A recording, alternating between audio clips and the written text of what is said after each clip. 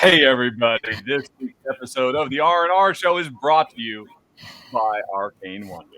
Oh, we are here. We're live. We're doing the R&R Show. Friends, welcome to the R&R Show. This is episode 11 now. Is that right? Yes, lucky number 11. Lucky number 11. I don't know. Is 11 lucky specifically? It is now. Unlucky. Yeah. We'll take whatever luck we can get. Exactly. Hey, first of all, let me say congratulations, sir, on completing your first Rahdo runs through for the channel yesterday. Thank you. For it folks was who missed a blast. Yes. Oh yeah. I think you did a great job. Showing off perpetuity. The audience seemed to enjoy it. I know Kabuki was there, definitely involved, helping you make choices. And man, if folks knew what went on behind the scenes, because I mean, you were. Yeah, I was a mess behind the scenes. Just a quick little behind the scenes moment here, folks. About 10 minutes before I went live yesterday, I had one of my cameras decide to just die on me, and I had to come up with a quick solution. But thanks to my experience with technology, aka my smartphone, I was able to rig up the little overhead green screen camera so I could put those cards and stuff on screen at the last second. And it literally was the last minute, right before I clicked live, I got it to work, and I was like, whew. But I do want to thank everyone for joining me yesterday. It was a lot of fun. I did see Kabuki Kid and a lot of other people too in chat hanging out. Really appreciate y'all's support. And I've got another one coming up soon. Yeah. And it's I enjoy doing it. It is, it'll take me a little while to get into the swing of things, but I feel like this was a good start to the whole thing. So again, thank you for y'all's support. And I see everyone here in chat. I've got all kinds of people chatting from around the world. Always appreciate it. Good to see y'all here. Kabuki Kid, Omar, Heroic Logic, Slackfish, Slivers, Rolling with Rock, and so many other people in chat. Thank you again. Alf and Tish watching in the hotel room at Essen Spiel as we speak. Very exciting. Guten Tag, friend. Guten Morgen, meine Freund. No, not Guten Abend. That's good night. What's good afternoon? Guten Tag. Yeah, just Guten Tag. Good day. Tag, right? Okay, good day to you, Alf and Tish. Nice. Rahdo, what do you got on your table there? What's I have something on my table. I'm glad you asked. This is a hot upcoming game from our sponsor, Arcane Wonders. It's called Picture Perfect back there. Let me go on ahead. I think I had a zoomed in thing set up, didn't I? Yeah, boom. There it is. And Jen and I literally just played this for the first time this morning, a couple of hours ago. She totally crushed me by like 10 or 15 points. You can see her table is just completely full of stuff. While my table is relatively bare.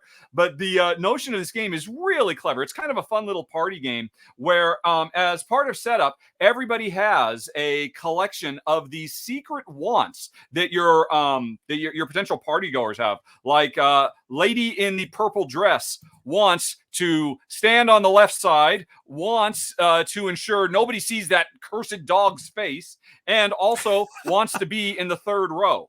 So I might have her, and so I know exactly where to put her, and also I know something about what I need to do with the dog if I'm going to put the dog in the picture.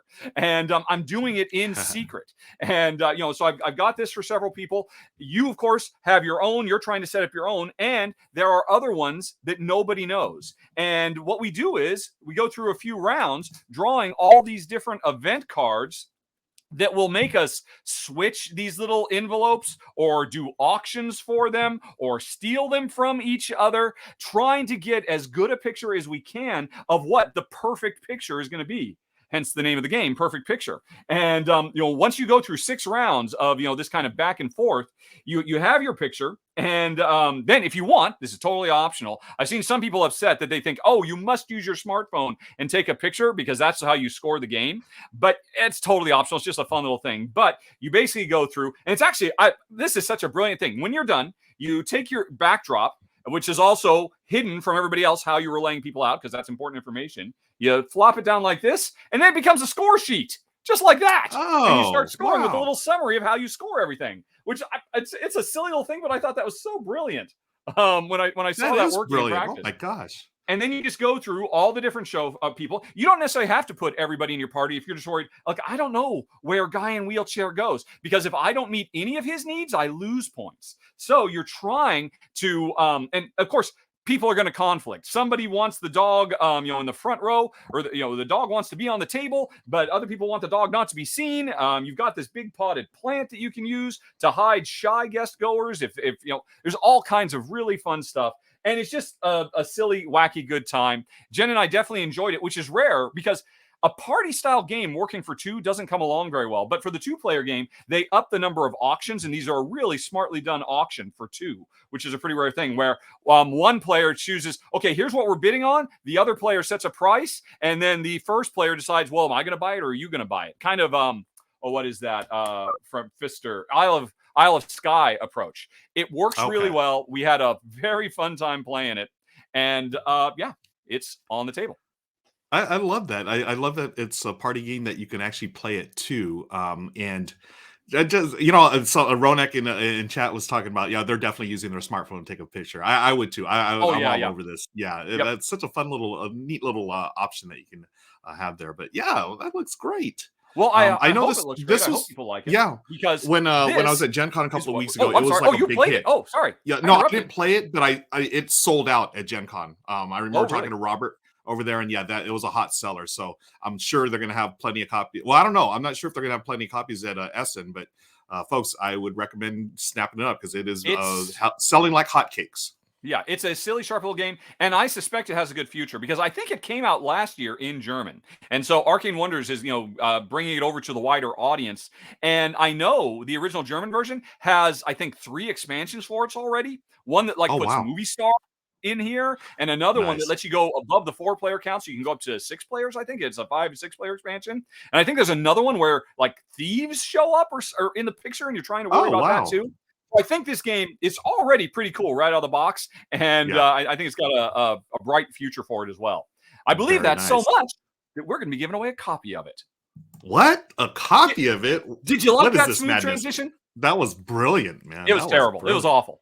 Especially because I stomped all over you because I tried to do it 2 minutes ago and I didn't let you talk. I don't let the co-host talk. Note to self. we had I was in Florida last week. We're just trying to get back in sync here as far as our hosting abilities go. But folks, we have a contest coming up. But why don't we give away a game? Yes, before we talk about the game we're giving away next week, let's give away a game right now. Because we have the Wheel of Names full of hundreds and hundreds of names trying to win a copy of Cora, which, Cora, you remember Cora, an excellent little kind of Gateway Plus Civ game, which I covered a few months ago, and I think it's really catching on from publisher Yellow. I think it was a fairly big hit at Gen Con as well, and so it's starting to go wide. Really sharp, fun game. We are giving away a copy today. Whoever wins it on the big Wheel of Names. So I'm just going to go on ahead and click it, and we'll see what we get. All right. Good luck, everybody. This is a copy of Cora. Poor Wheel of Names just can't keep up with us anymore. I know. So tired, says Wheel of Names. Jeffrey Schneider. Congratulations. Congrats, sir. Jeffrey Schneider. Big winner. All right. Cool. And don't worry, Captain Rob. We got a last minute, 5 minutes before we were going to go on. I checked email. Oh, wait. Somebody just skipped it. Okay. Captain Rob, you were on there, but still, Jeffrey beat you fair and square. That's right. Phew. Okay. Well, Jeffrey, I will be in contact later today via email to get your details so I can forward it on to Yellow so they can get you a copy of this excellent Civilization game. Woohoo. And, right. So we're now going to talk about next week. We will be giving away a copy of Picture Perfect from Arcane Wonders. And also, because Arcane Wonders only has the rights to distribute this in the United States and Canada, they can't send it everywhere in the world, but we want to make sure everybody has some fun.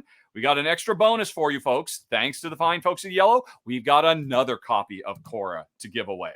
So awesome. What you need to do, you know what? We always spend so much time talking about what you need to do, and then we just repeat ourselves halfway through. Yeah. Why do we do that?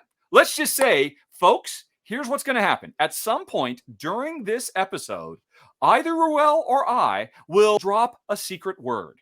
We're trying to sneak it past the other one. It's a little competition that we've got going to see if we can one-up each other. I think Ruel is in the lead right now, and so I've got a little catch-up to do. Yes, barely. And here's the thing: let's why don't we rewind a little bit back to that Okay. ancient time a week ago when I was in Florida. Nice. And yes, we had the word secret word was people, and you got me. But here's the thing: thanks to our very amazing audience, one of y'all, actually a few of you, pointed out that the secret word was actually said a few times before we got to Yes. the big moment. I think we had So both inadvertently said it without realizing it. yes, Yet the audience and caught us. So that the means audience really got it. neither of us scored points last week. The audience Yeah. got like 2 or 3 points on us because Yeah. people is a really easy word to drop in casual conversation without even meaning to. Exactly. So So, audience, consider yourself you are in the you're in you've this to got your win this points. now. Yeah, you're in it to win it. So I think I am technically up maybe 5-4, and we're giving one to the audience, so 5, 4, and 1. But we do have another one going on right now. So, and I almost said it. Yeah. I almost said the word right now. Oh my god, I need it's such a bad habit of mine. I keep because I write down the word here just so to remind me. Not that it helps. It doesn't really help, but I almost read it off the screen here. But yes, we will be saying a secret word, folks, sometime during the show, and then we'll let you know what to do in order Yeah. to enter the contest. It has to do with sending emails and stuff like that. There's just no reason to tell you twice. We'll tell you when we get to Agreed. that part of the show. Be listening Agreed. for the secret word, which of course you don't know what it is, but we'll tell you. Whoops. Look at this. And apparently the I popped last this up. week, the That secret was word last was week's. people. Oh my gosh, you haven't updated that. Can you update that without showing it? That's what I was gonna do, and I hit the wrong button. So Oh boy. Yay, live streaming. Okay, well, yes. you're gonna Okay, so I prepare will for the not show that. secret word. And right. So anyway, I think we're done with contests. We're done with what's on the table. We're here to tell you about 10 games, folks, which is what we like to do. And interestingly, this week is top 10 more Essen Spiel 2021 games. Because here's the deal. We were talking about, hey, what topic should we do this week? And a couple days ago, Eric Martin, Mr. News Guy of Board Game Geek, posted an update saying, hey, you know what? In the last few days, 80 new games have been added to the list. And I did a spit take at that point because, oh, come on. And so we talked about, we both agreed, there were plenty more games we wanted to talk about. There were several games of really hot interest that weren't on the list when we did this a week ago. So we are doing 10 more, which really means each of us is ultimately doing a top 10 because each of us gets 5 each week. That's right. Yeah, Right. that is so right. Yeah, there was like you were saying, there were plenty of games for us to talk about last week. We narrowed it down, but now with all these additional ones, I was like, oh man, there's like way more I want to talk about, and it was still tough for me to get it down to my 5 here. But I'm glad we're doing this because there's so many games to cover. And shout out to everyone who is out there at Essen. I've been seeing some photos and stuff on social media. It's really cool to see people doing the thing again, that it feels normal again. I mean, I know the world isn't normal now, but it is nice to see a little form of normalcy out there. So yeah, shout out I to do wish everyone I was there. there. I do too. Yeah, I mean, Jen and I, we went every year for years while we were living in Malta. It was like an hour and a half long flight, a direct flight one way. We had a wonderful friend who put us up in his apartment in Dusseldorf every year. We had a great time with him. But yeah, it's just a bit too long, a bit too far, a bit too expensive these days. Yeah, I was just going to ask, have you been able to make it back there since you moved back to the States? No, I have not left the continental U.S. upon, for the last 3 years. Jen and I, we did talk about doing it, last year and this year, and obviously things conspired to ensure we won't do that. We will go back. We both really enjoy it, but it'll have to be some point in the future. Definitely. And a big shout out to everybody who's there enjoying themselves. Let us give you a few suggestions for games you might enjoy. Yes, and shall I kick things off? I believe you're taking the number 10 slot, right? Yes. Yep. All right. Okay. So here's my number 10 is a game called 1923 Cotton Club. And excellent! From Looping, right? Looping Games, yeah. And we're doing things a little differently here on the video stream. Rahdo's going to be sharing his screen, and I will be popping that up right here. Yes, I am. Look at me. Look at me go. Cotton Club from Looping Games. Yeah, I really like these folks, I have to admit.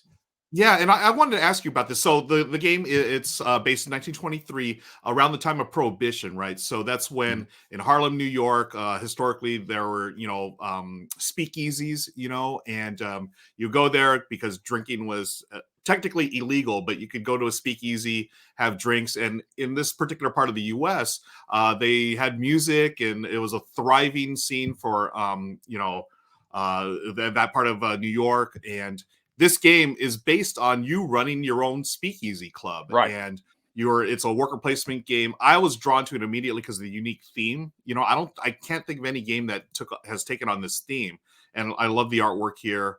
It looks wonderfully produced. And I wanted to ask you, Rahdo, like, I'm not familiar with looping games, but apparently this is a series of games they've done for different like periods of the 1900s. So I just looked up real quick that they have like 1906 San Francisco, where you're focused on rebuilding the city after the Great Earthquake.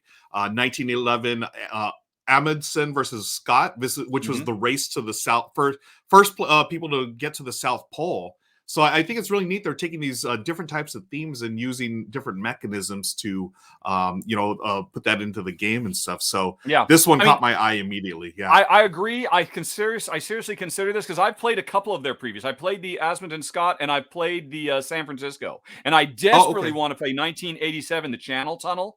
That one, I'm dying to play that ever since I heard about it. Because my wife and I, we've been through the channel many times when we lived in Europe. So we just love the idea. Apologies to Gameland Games. You could call this series kind of like Tiny Epic Euros. Because they pack a really big punch in a really tiny box. They're always full of really interesting, unique twists on whatever gameplay mechanism. Apparently, you said this is a worker placement one, which is cool. Yes, and yeah, it has a wonderful look. And like I said, I've been impressed with, and I've heard really good things. When I did my top 10 game, I did a top 10 with Ella and Stella, and I think the Channel Tunnel made it onto one of their lists. They were so keen on it. They got a top 10 2-player only games. Is this a 2-player only game? This one, I don't believe it is. This one is 2 to 4, right? 2 to 4, yes. Cool. Yeah. So I think this is an excellent choice, and I can say that based on the work that they have done in the past in this series of games, I've been really impressed by. So that's a good start. Nice. And this is the one that drew me in, and I'm not familiar with the company, but now if you're compared to like Tiny Epic series, I'm like, I'm all about it. Give me games that are, that pack a lot of punch in their box. So I'm all about it. And I'm just looking at people in chat. A bunch of people have played looping games. They're big fans as well. Mom Gamer, Kabuki Kid. Hi, Victor from Bulgaria. Wow, nice. But yeah, this is the first one on my list. Number 10, 1923 Cotton Club. Okay, well, then let's go to my number 9, which I'm going to copy and paste it in here because I will totally not spell that correctly. It is Shinkansen Zero Kai. I think just Shinkansen Zero Kai. I don't know what any of this means, but this is a game from Ludonova. And the reason this is on my list is the designers. Israsi and Shaisi. This is the husband and wife design team behind Red Cathedral. Yeah. And you played Red Cathedral, I'm sure. Yep. Yeah, and Red Cathedral is fantastic. It kind of came out of nowhere last year, and I think people started playing it really in the new year. Very, very sharp Euro, published by a different publisher, Devere, whereas this is from Ludonova. But that was a really great, fresh, interesting theme with really wonderful mechanisms, and I expect the same thing. This is set in the 50s when Japan was hosting the Olympic Games, and so they were having to do lots of infrastructure investment to bring all these people in, and it's hard. That's not a particularly good picture. It is a worker placement game where every round, let's see, is there a good shot of the game set up? All right. I'm not sure. I should have looked through the pictures first because I'm used to you doing all of this. We're trying something different today, folks. I know. Yeah. That's just all they don't actually have a shot in situ. So I will just have to describe what I understand the game being is on a round, players are going to draft a new card that extends their bullet train. You can see there's our bullet train over there on the right. And your bullet train, the front and the back have certain worker actions you can do. But then you're going to be grabbing more cards and extending it bigger and bigger and basically making a little Euro engine out of your train. But the thing is, when you are drafting that card based on, no doubt, what resource conversion or infrastructure building actions you want to do, you're also determining what player order is going to be for the worker placement element of the game as well. And so we've talked about this a bit in the past, like Cascadia, this idea of, I'm drafting for stuff, but I'm really getting two things with one draft, and I'm having to make a tough choice. Here, that tough choice is, almost kind of King Domino style. Am I willing to go later in turn order to get the card that's going to be best suited for the engine I am trying to build? And Oh. I have seen these ideas done in a few other games, and they've been really fantastic. I have seen what this husband and wife, I'm pretty sure it's husband and wife team, have been able to come up with. So I am very, very enthusiastic about my number 9, Shinkansen Zero Kai. That game looks gorgeous. Those It components. is very and the pretty, art, very yeah, colorful. very nice. Yes. All right. Yeah. All right. Fantastic choice. Yeah, I'm all over it. I love train. Like I'm okay. And I'm not necessarily like an 18xx train gamer, but I do love games. Me neither. Yeah, but I do love games that have trains in them. I mean, starting from Ticket to Ride to Railroads of the World, stuff like that. I'm all about it. So this one looked, and actually, I really like the game by AEG called Trains, and that one was basically Dominion meets Ticket to Ride mashed up in one. Mm-hmm. I've always thought that was an underrated game, especially when you throw in the expansion. That was a wonderful game. So this one it gets me excited. I love the Japanese culture. I loved Japanese I've been to Japan once before. It was beautiful. Have you been to Japan before? Yes, we have. My wife, back when I worked in the video game industry, after we'd done Siphon Filter, I got flown out to pitch Siphon Filter to the Sony Japan to see if they would actually, do the translation and put it out in Japan. And nice. Man, I have a big, horrible, terrible, blunderous story of clashing cultures when I was actually trying to pitch the game. I don't know if we have time for that. Can I stop you right there? All right. Not only did I catch you, but I actually said the word right before you said that. Oh, you did? I talked about the Japanese culture, so... Hey, folks. Guess what? The secret word is culture. Did you? There it is. I love the fact that we tried to get it in early I know. this time. I thought, oh, wow, it's so perfect that we just happen to be going in this direction. This will just be the obvious. So close. Yeah, I stuck it in maybe like less than a minute before you said it. Was so close. And there it is, friends. The secret word is culture. Indeed, yes. Please the secret word is culture, email. Of course, because you tell me, folks, these seem like very cultured people, as it happens. And in Cora, one of the progress tracks you work on is your culture track. So there's a nice little, we realized this morning when we were trying to come up with the secret word, this is basically our own version of code names we're having to do where, okay, 2 games have nothing to do with each other. Come up with a combining word. And the word this week is culture. So what do? Ruel? Yep. Send that email, folks, with the secret word in the subject to contest@rahdo.com. Again, the secret word, one last time right there, the secret word is culture. Type that in. You'll be entered to win a game. So, again, thanks to our sponsor. So, this was funny. Like, we were both on top of it this time. I love it. It's great. Yep. And it is actually it's a terrible, tragic, but very funny story about when I did actually have a cultural clash with the Japanese arm of Sony's Do you mind sharing it? Manufacturing. We got time for it? I'd love to hear it. No, we'll do it another day. Perhaps if we have some time for Q&A, and if anybody is curious, I'll tell the story. Cool, yeah. All right. People are in chat and they're asking about it, but we will. Email to contest@rahdo.com, culture in the subject, whatever you want to do in the body. I don't particularly care. Jen does enjoy seeing those dog pics and occasional cat pics, and there have been some bird pics and some lizard pics, and there's been all kinds of pics. But still, all you need is culture in the title to contest or contests. Either will work. And a week from today, you will be winning. But there's one more thing. Because we're doing 2 contests this week, you need to put your country, the country that this game will be shipped to if you win, in the body. Absolutely need that. So if you're in the USA or Canada, you are playing for Picture Perfect, put USA or Canada in the body somewhere. If you're anywhere else in the world, let me know. And you'll be playing for another copy of Cora. That's very important. I'm glad we didn't forget that. Yeah, cool. All right. Yep. There it is. I'm going to blame the fact that I'm still new to this, actually having to run the pictures. So that's what threw me off. But now I'm 2 down, and I got a big hole to climb my way out of. Oh, it's always fun doing this. Okay, let's get back to the list. So we've talked about our first 2 games. I think we were done with my number 9, Shinkansen, Zero Kai. So we're on to your number 8. And what would that be, sir? Number 8. All right. So number 8, I had a bit of a cheat because I have played this game before. I got to live stream it actually at Gen Con.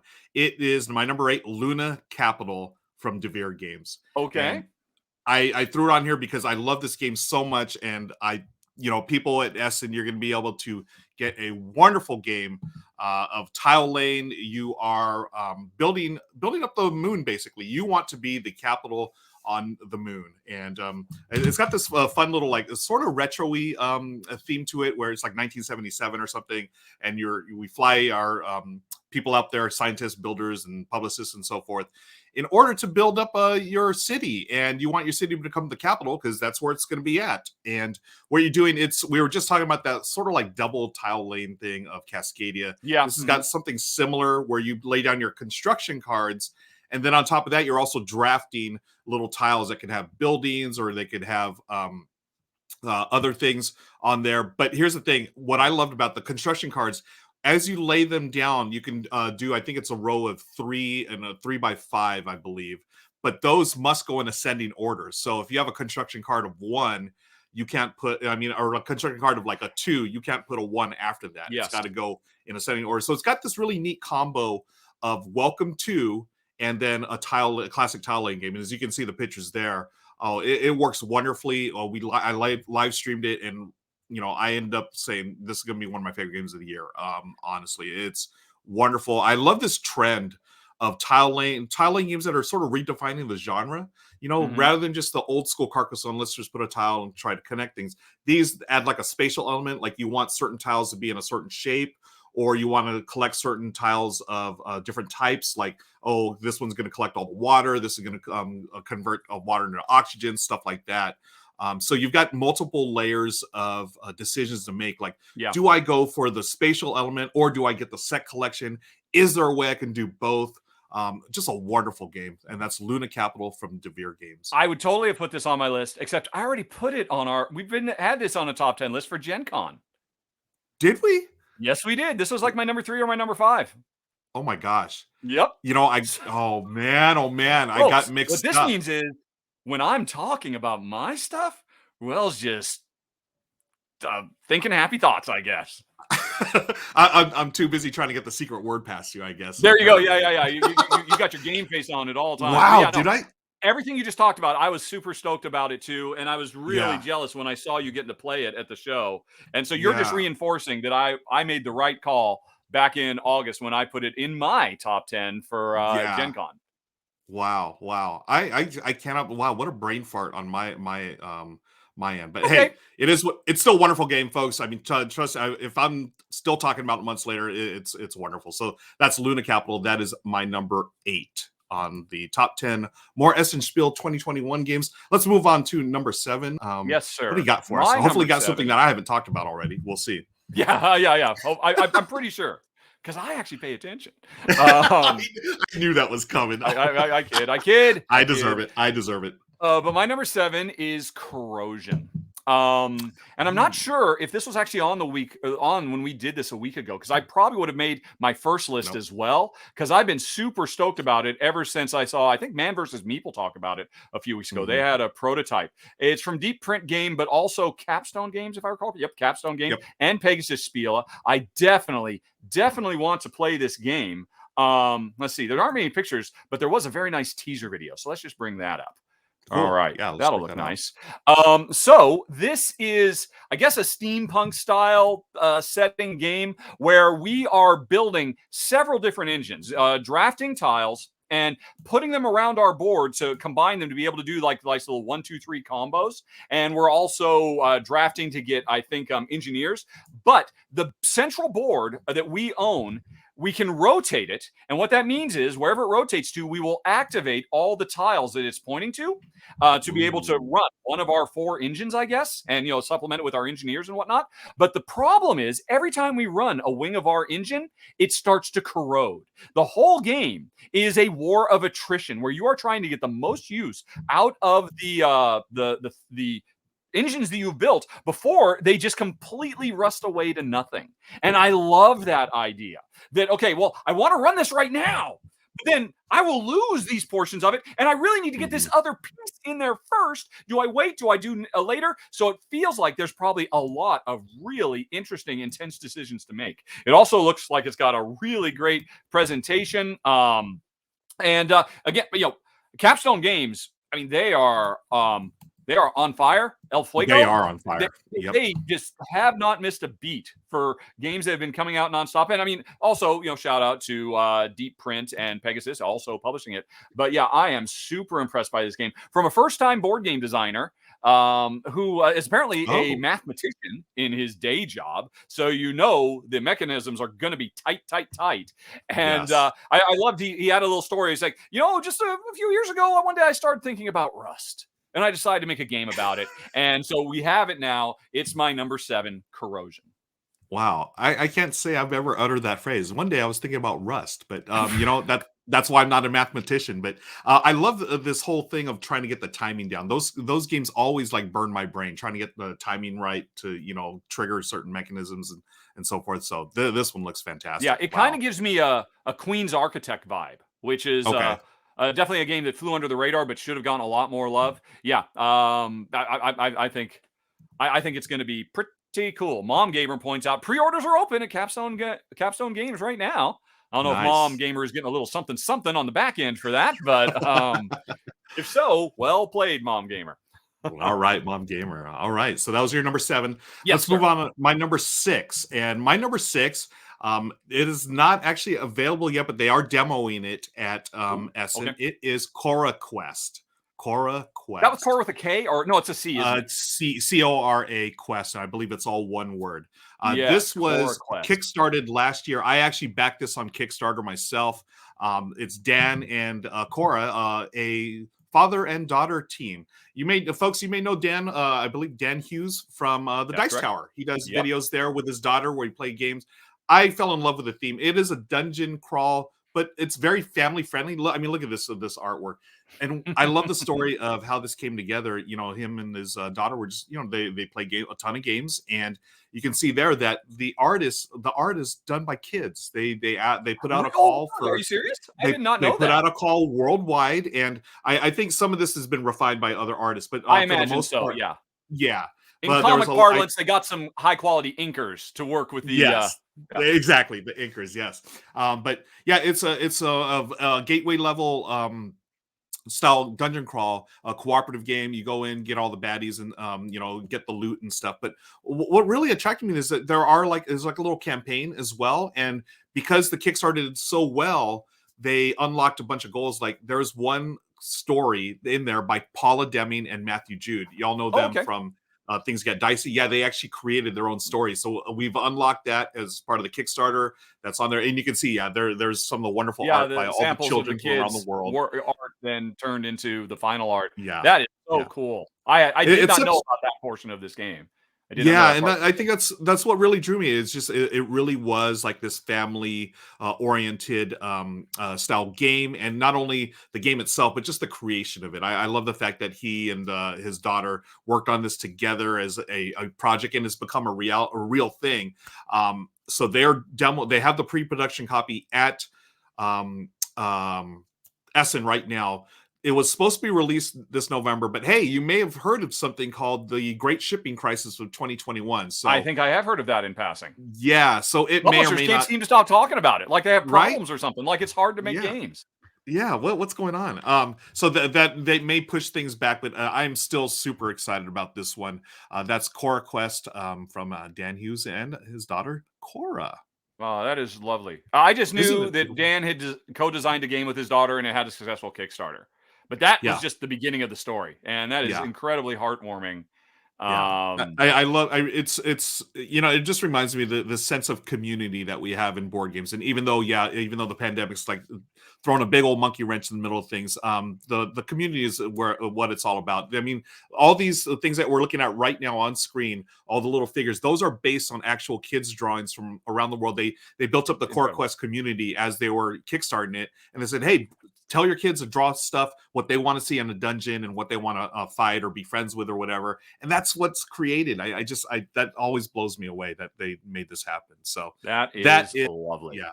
That is all right. That was number 6. Number 6. Yes. CoraQuest with a C. With a C. For people who are listening. All right. Well, then let's move on to my number 5. Let's see here. It was just spelled really weird. Ooh. All right. Okay. No. All right. All right. Vamped for a bit. All right, I'm going to vamp. Folks, don't forget to stay hydrated. I did not stay hydrated well yesterday in my run through, and I was on edge. But hey, if you stay hydrated, it's a good thing. If you have it, I don't have it right now, but Topo Chico, it's muy delicioso. Anybody talking about anything in the chat?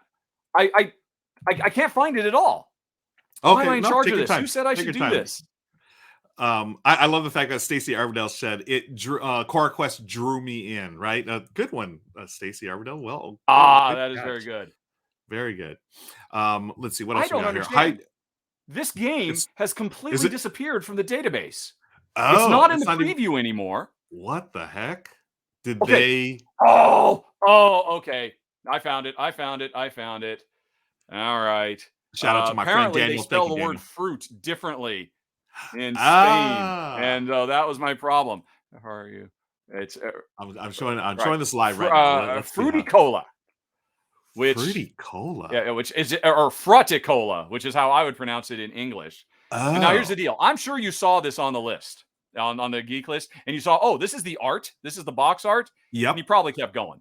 And I wouldn't blame you, quite frankly. Yeah. I mean, this does not. I mean, no. My apologies to whoever's responsible for this box art. That does not actually scream, "Oh my gosh, I must play this game." But I did stop and look because I kind of remembered the name of Virginia Gigli as a designer. And I was like, who is that? That's driving me nuts. And I went and looked it up. And he's just the co-designer of Grand Austria Hotel, Lorenzo Il Magnifico, Coimbra, Alma Mater, Egizia. He's it's like, what? Oh my gosh, all of these games are absolutely amazeballs. Okay, wow. I'm going to ignore the box art and I'm going to try and learn a little bit about this game. And then I actually started looking at it. It looks like it's got really nice presentation. It is all about harvesting different fruits from different fruit trees. Looks like it's a very nice presentation. But what ultimately got me on board with this game is the gameplay. Let me see if there's a picture that would let me explain it. It's basically no, there's not going to be. All right, well, I'll just show the pictures. I assume you played Gloomhaven, right? You know, every round, I've got to play cards. That determines, amongst whatever else I'm doing with those cards, it determines what my initiative is going to be. Right.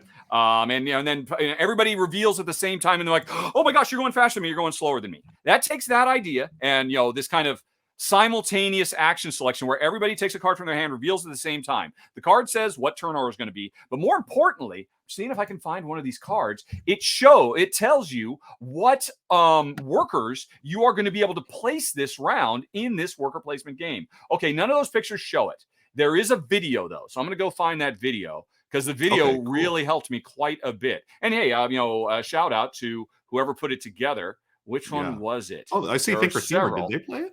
A lot of people, awesome. Thinker Themer, they loved it. Yeah, it was okay. It was this one. Great. It was this one was a nice, quick little video. It shows it off, and actually, I subscribed to this guy, Purge Reviews. I had never heard of him before, but he did a really great job. Except, I picked the wrong video. Oh, come on, man! Where's your actual video? Not of you talking, but of your zoom in of the game.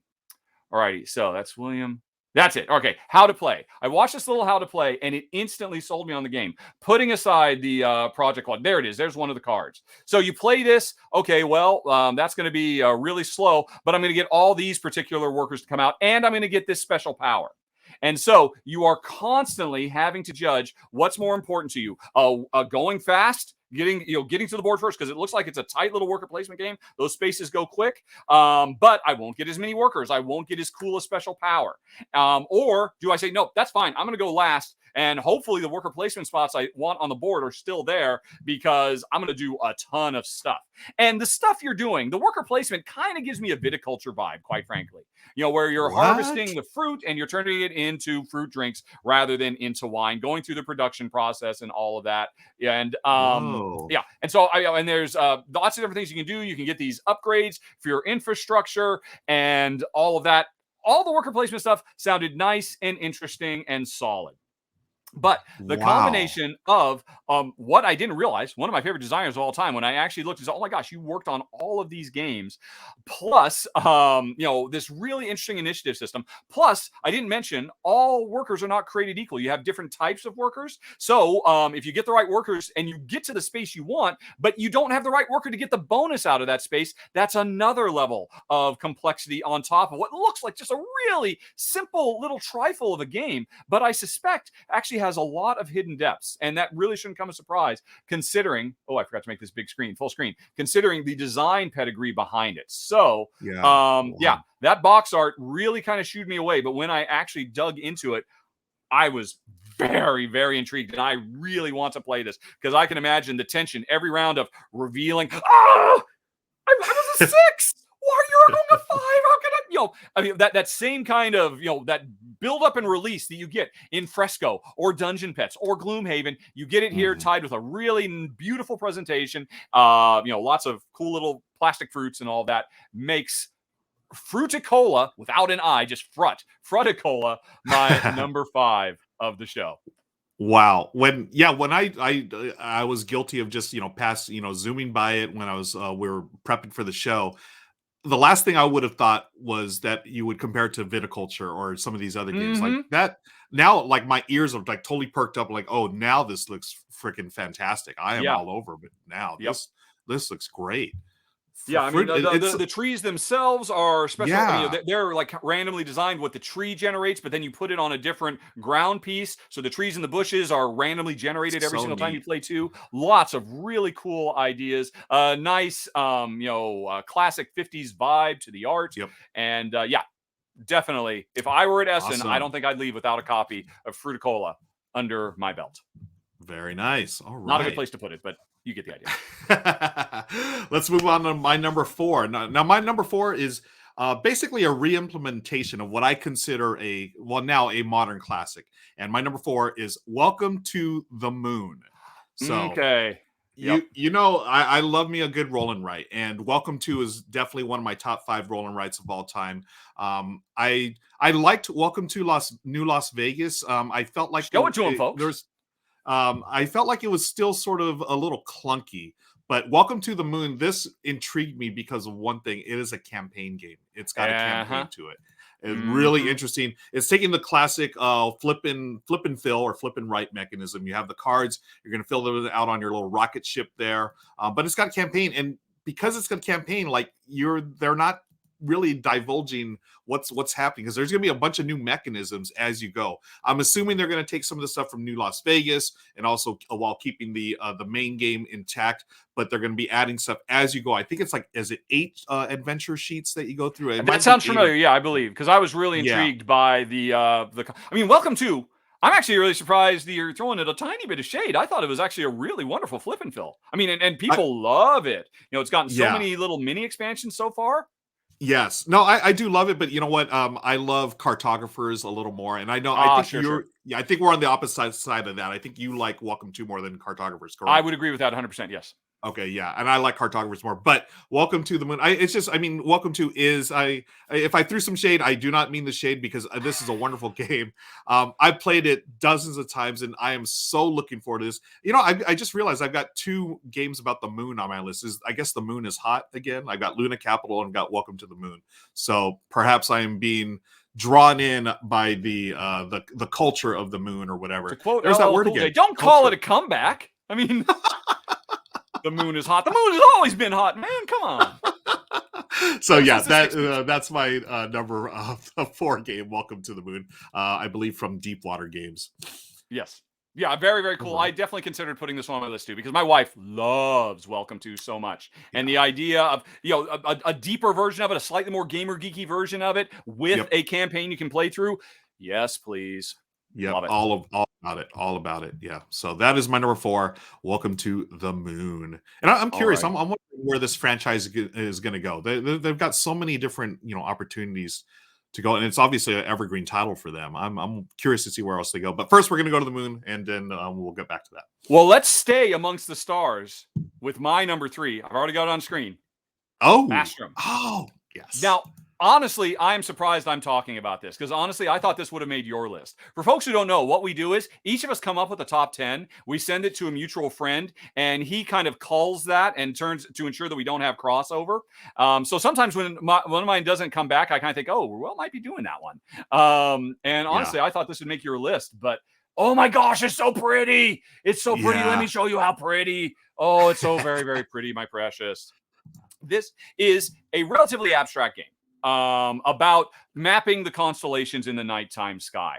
And you do it with see-through acrylic plastic polyomino Tetris pieces that you get to put them on this really colorful, beautiful starscape grid that everybody's playing with. And that actually starts to build constellations that try to hit certain objectives and all of that. And oh my gosh, it's so freaking pretty. It is just the prettiest gosh darn thing I have ever seen.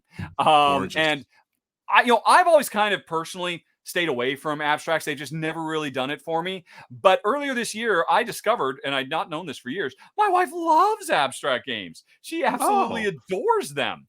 Because you can just strip away all that story stuff. I just want something pretty and gorgeous and lovely to look at and touch and feel that really makes me burn my brain. And I suspect that is what Astrum is going to give us. So really, this being on my number 3 spot is for my wife, Jen. And now it's not just the promise. I love polyomino tile layers. See-through polyomino tile layers, I love even more. I don't think I've seen that before.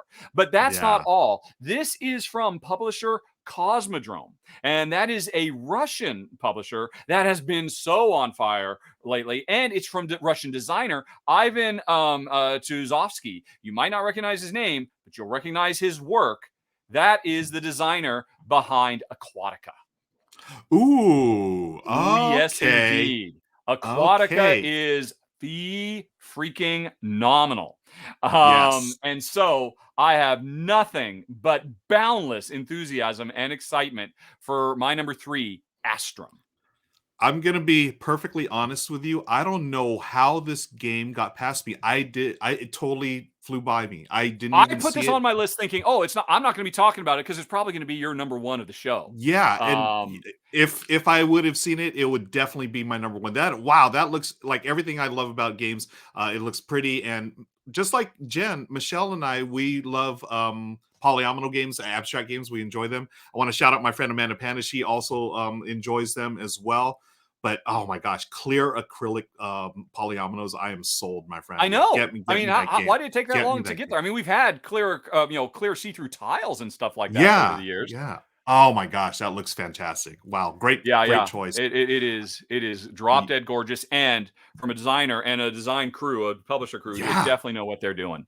Nice. I'm sure Michelle would be very disappointed in you for not having put this on your list too, because it's going to be a hot one. Yeah, I can hear her already. I am moving on to my number 2 game, and I'm ready to type. Actually, it would have been Astrum, but now it is Explorers with an S. I picked this game because of 3 words: Phil Walker Harding. I am a big fan of the PWH, as we call him right here at home.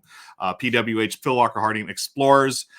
This is, he's been on this kick lately of doing roll and write games.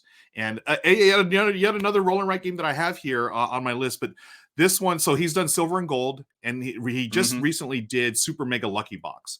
And those are super fun games. Explorers, I feel like, is the next iteration of that. This one might be a little more complex than those two. You're flipping and filling your little landscape tile. You use exploration cards.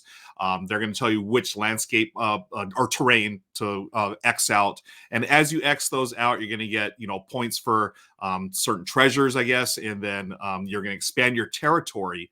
And then, you score points based on that. It really reminds me of, he took this thing with Super Mega Lucky Box where it became very combo-y, right? You cross things out, it gives you a combination, allows you to fill on another card. This is going to be similar to that, but I feel like it's getting a little back towards the puzzle of Silver and Gold. So it's almost like the best of both worlds to me. I love Super Mega Lucky Box. Very Silver and Gold. I saw this and I thought, this is Silver and Gold crossed with King Domino. Because it's this bigger world. And I just love, in Silver and Gold, it's a roll and write where you're writing on the cards. Now you're writing on the tiles. I don't know. It just feels like there's something naughty about that. Like I shouldn't be doing it. that I really enjoy quite a bit as well. Have you played Super Mega Lucky Box yet? No, I have not. This Okay, is not the that first one's time I've heard you another. talk about it, though. Okay, that's another naughty game where you actually write on the cards and stuff. It's got that really. I hear you about that. It's just very pleasing to do, right? And it's like, yeah, it is sort of naughty, but look, Well, you I'm know you're writing on breaking the cards. rules, but it's okay. But it's okay. It's part of the game. Yeah. So yeah, this is Explorers. I feel like this is the next iteration in this in his line of games. This one is coming from Ravensburger, though. I think he partnered with Game Right for the last couple of ones, or maybe it was like Game Right and Panasaurus. But anyways, Phil Walker Harding to me is one of those designers that I absolutely adore because he makes these really cool games that are super accessible. And as if you're a new gamer or a casual gamer, it's easy to get into. But even as like veteran gamers, we enjoy them as like filler games, right? And he's such a great designer. I love Phil Walker Harding. That is my number 2, Explorers from the I love the PWH. fact that you love Phil Walker Harding so much. I mean, were you being ironic when you said, "Yeah, we call him PWH around the house"? Yeah. Did you actually do that? Was that not sarcastic? No, I call him PWH. Just it's the PWH. It's another from PW. Yeah. All right. It is. Yeah. Okay, so that's my number 2, Explorers from PWH. Let's move on to your number 1, my friend. That is an excellent choice. I seriously considered that one as well, quite frankly. Nice. Because, yeah, Silver and Gold is a phenomenal little design. I had a couple problems with it, how it did 2-player specifically, but yeah, I expect that's going to be amazing. Do you remember what the 2-player is? I don't know. I don't put you on the spot. That's talking about the past. We're talking about the future, man. That's people want. They can ask another question they could ask. But now we have to talk about my number 1 Zil. Yes. Which is curious to see my number 1, Ark Nova. Which yeah, I think this was on the list last time, and it just missed my my it would have been like my number 6 or my number 7. I guess it would have been my number 6, wouldn't it? Because it's my number 1 on this second list. It's from Feuerland Spiele, the Terra Mystica folks, for lack of a better term, and they've done a lot of other stuff besides Terra Mystica, but they're the Terra Mystica folks. So they are definitely known for doing big, heavy, meaty, rich, complex games. I mean, they have done some lighter stuff as well, but that is definitely what they're known for. And so that is definitely what I'm expecting with this game, which is a simulation of, trying to make, the best zoo you can. And I'll be honest, at first I was kind of like, I don't know, zoo. I mean, I love zoos, don't get me wrong, but zoos can be kind of a tricky theme to handle well. But the thing that I love about this game is, well, there's a lot of things I love about this game, that you are equally committed to the act of conservation, animal conservation, as much as you are trying to create, enclosures and living spaces for the animals. Let me see if there's a close-up of the board here somewhere instead of just the back of the box. I mean, obviously tons of animals, which is always very, very nice. Just makes it, pleasant to play. But okay, are they going to show it anywhere? I guess maybe that's going to be the best show. Oh, here's a good show. There you go. So again, what really drew me in after, I like the presentation. I like the publisher. I like the fact that it's focusing on more than just, a simple surface level, let's just make a zoo and put the pandas together. But there's an equal focus on conservation. Because actually, I don't know if you know this, you played Rajas of the Ganges, I'm sure. I have not actually. What? Yeah, I have not played Rajas of the Ganges. One of the things it's well known for is the fact that it has 2 score tracks, one that goes clockwise and one that goes counterclockwise. And when the 2 meet, that's when the game ends. When somebody, gets their money to equal their culture. Here, one track is devoted to how well you're making enclosures and living spaces for the animals. And the other one is how good a job are you doing with animal conservation around the world. And so you're focusing on both of those. And so I love the attention to detail. But all of that aside, when I found out how it plays, you basically have 5 cards. Everybody has the same 5 action cards. These are the 5 actions you can do. Invest in infrastructure, save animals, all that kind of stuff, build enclosures. They are in a row numbered 1 to 5. And that number, space numbers 1, 2, 3, 4, 5 is hugely important because if I play the card when it's in the number 4 slot, I get to do a 4x version of that. I get to buy 4 things, or I get to, get 4 resources or whatever it might be. After I've done that, I then take that card and it sinks all the way down to the 1 slot and everything else slides up. And now if I want to do that action again, it's suddenly going to be really crap. It's going to be a really lousy version of it. So if I want to do it again and have another really big, powerful level 3 or level 4 version, I got to do some other stuff first so that those things will sink to the bottom of the queue so it can climb its way back up. That is such a simple, beautiful, elegant idea. Where did I see it? I think maybe they did have a nice video about it. Let me see if I can find that video. Okay. Because yeah, when I saw that, and I could just immediately imagine how that is going to work really, really nicely. Yeah, there's a few different. Oh, a MeWe. I didn't even see this. MeWe just has put up a video for it. Oh, I got to watch that. Michael Vissner. Oh, there we go. Yeah, 15 hours ago, he did a run through of it. Yeah. Oh, wow. Okay. But anyway, sorry. That's neither here nor there. I love Michael Vissner. He's been doing run-throughs longer than me, quite frankly. And he deserves more followers, more subscribers. But yeah, one of these actually did a really good job of showing the stuff up close and personal as you got to make these tough decisions. Yeah, here it is. Okay. Some prototype in black and white. And once you do the animals action, it sinks all the way back down. And now you're not going to do it again. Or maybe, yeah, I'll do a weak version of it. That extra level of timing seems very, very engaging to me. And so I am very, very interested in a final version, not a prototype, what I'm showing right now, of my number one, my number two, I guess, because we're combining it with our previous, but still very, very high on my list. Must play Ark Nova. Nice. Yeah, this was on my list as well. It just was it? Okay, yeah. Yeah, it was on. It just missed, but yeah, for all the reasons you're talking about, I do love that mechanism of the getting the stronger action or trying to time it so it doesn't you use it when it's at its strongest. Really cool stuff. Yeah, awesome. And again, Nova, the Terra Mystica people. Come on, it's going to be amazing. How could it not be? I mean, they're top of their game with this kind of stuff. Yeah. All right. Yeah, so very, very excited. And that's it. We are done. That was 10 games. Hooray! 20 really, if you take last week and this week combined. That's right. Yeah. And people in chat, thank you again for hanging out. We have a few minutes for some quick Q&A.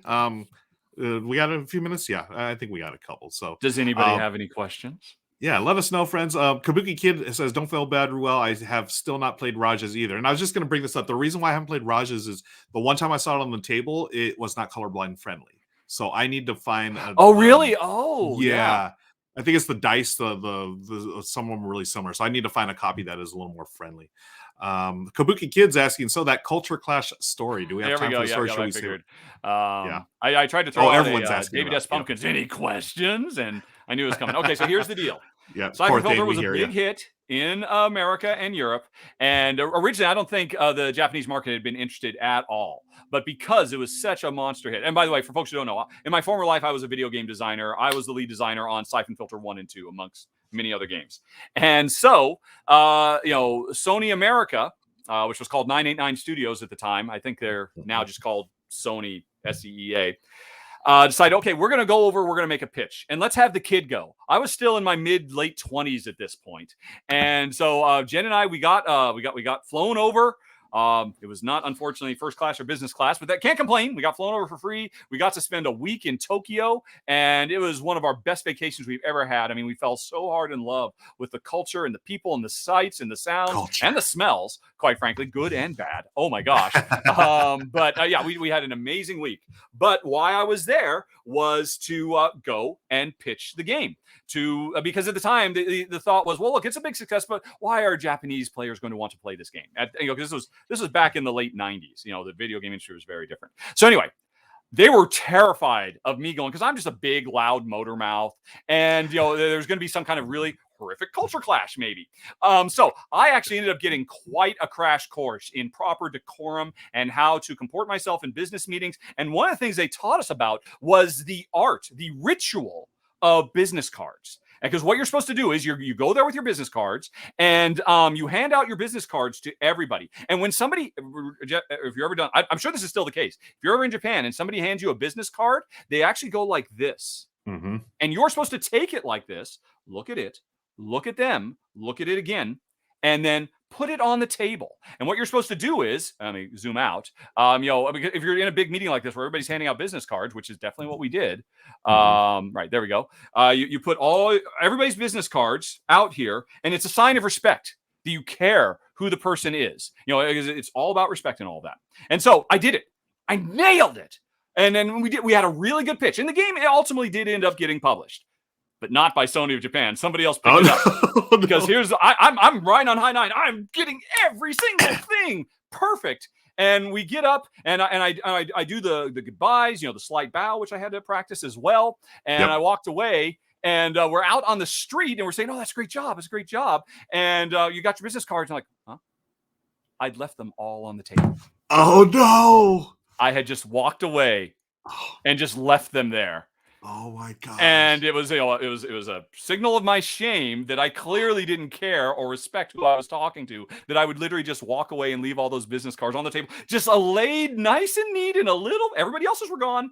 And so Sony did not pick up Siphon Filter in Japan. Ultimately, a third-party publisher ended up doing it. So I was never asked to go and make another pitch, unfortunately. Oh, no. I mean, do you really? I mean, I don't know. Do you really think that it's because I don't of that? know.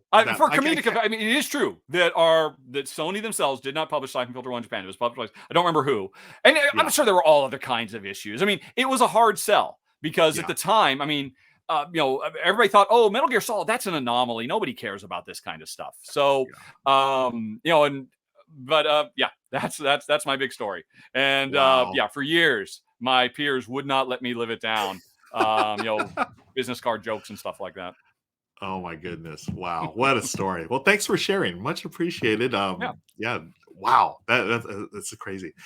We are just about a time. But wow, what a great way to end the show, talking about different cultures and clashing. Friends, we want to thank you again for joining us for the R&R show. This has been episode 11, the top 10 more Essen Spiel games. We've got another great top 10 coming next week. I hope you'll join us. But until then, Rahdo, would you like to take us out? Yes, I would also like to say thanks very much for watching, everybody. And also a big thanks to the sponsor of the show, Arcane Wonders. Have a nice day, everybody. Talk to you later. So long. Bye-bye.